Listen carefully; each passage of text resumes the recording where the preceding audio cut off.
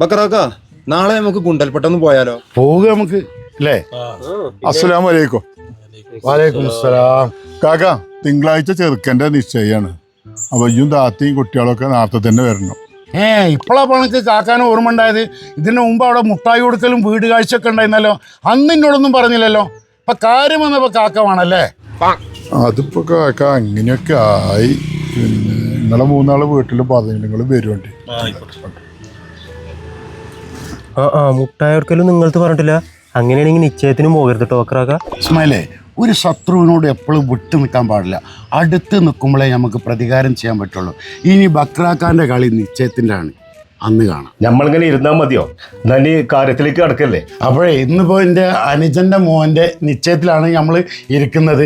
സാധാരണ ഇവിടെ പള്ളിയിലാണ് നിശ്ചയം ഉണ്ടായാൽ. ഇതിപ്പോൾ എന്താ വീട്ടിലാക്കി വെച്ചേരെ കണ്ടമാനം ഭക്ഷണം ഉണ്ടാക്കിയിരിക്കുന്നത്. ഇതൊക്കെ പാടുമ്പോൾ പള്ളിക്ക് കൊണ്ടുവരാൻ പറ്റുമോ? ഇതെന്ത് വർത്താനം കാക്ക പറഞ്ഞിട്ട്? ഞാൻ ലേശ ചായ ബർക്കി മാത്രമേ ഉണ്ടാക്കിയിട്ടുള്ളൂ. ഞാനൊരു പേരും പ്രസക്തി ആയിക്കോട്ടെ വെച്ചിട്ട് പറഞ്ഞാണ്. അങ്ങനെയാണെന്ന് വെച്ചാൽ നമുക്ക് നല്ല ഡേറ്റ് ആണ് മഹർ നിശ്ചയിക്കാം. മഹർ ഇപ്പൊ നിങ്ങൾ എന്താ തരാ? മഹർ എന്ന് പറഞ്ഞപ്പോൾ അത് പെണ്ണിൻ്റെ അവകാശമല്ലേ? നിങ്ങൾ പറഞ്ഞോളി. അതെന്താ വെച്ചാ നിങ്ങൾ പറയാം. അല്ല, എന്താ പോയി നമ്മൾ ഓൾക്ക് മഹർ കൊടുക്കുക? വെച്ചിരിക്കുമ്പോൾ ഞാൻ എന്താ പറയുന്നത്? ഇയാൾ പറഞ്ഞല്ലോ വേണ്ട മാതിരി. അപ്പോൾ എൻ്റെ അനുജൻ്റെ മകനാണെങ്കിലും എൻ്റെ മകന്മാരിയാണല്ലോ. അപ്പോൾ ഓനക്കൊരു കുറവ് വരുത്താൻ പറ്റൂല.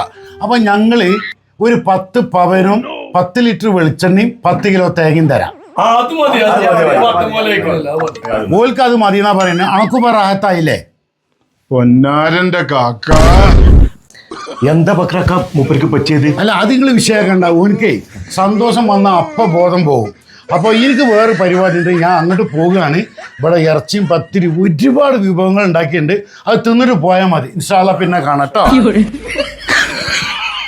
അപ്പോൾ അടുത്തൊന്നും ഇങ്ങനത്തെ ഒരു പാര വെച്ചതായിട്ട് എനിക്കറിയില്ല. ഏതായാലും ഇനി 10 പവനും വെളിച്ചെണ്ണയും തേങ്ങ ഒക്കെ ഉണ്ടാക്കിയിട്ട് ഓരോന്നെടുത്ത് ഉണ്ടട്ടെ.